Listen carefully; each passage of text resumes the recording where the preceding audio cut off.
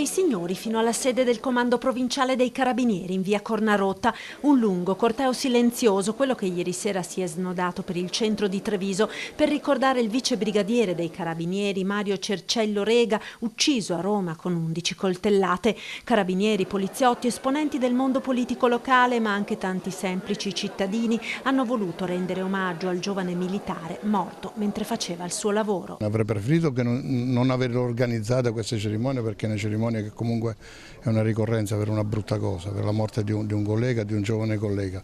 Però la disgrazia ormai è accaduta e la partecipazione significa che la gente è vicina alle istituzioni, vicina ai carabinieri, vicina alla polizia.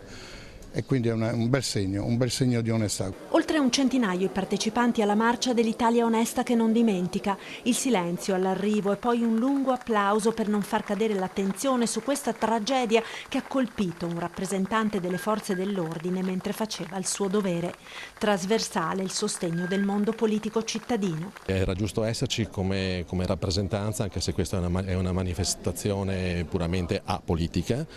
Perché noi esprimiamo sempre la nostra vicinanza a tutte le forze dell'ordine. Qua non ci sono colori politici, ma solo il rispetto della morte di un giovane ragazzo. L'Arma dei Carabinieri non ha colore, l'Arma dei Carabinieri è importante, fa un servizio per tutta la società civile e penso che la presenza di così tante persone che non avevano nessun tipo di connotazione, era veramente trasversale, ne sia appunto la prova provata. Bisognerebbe dare una medaglia d'oro al valor civile a Mario Cercello Rega, dicono diversi rappresentanti dell'Arma, e da ex carabiniere parla il primo cittadino di Arcade, Domenico Presti. Vedere che un tuttore delle forze dell'ordine che fa il suo lavoro quasi viene passato quasi lui per delinquente, credo che sia inaudita una cosa del genere.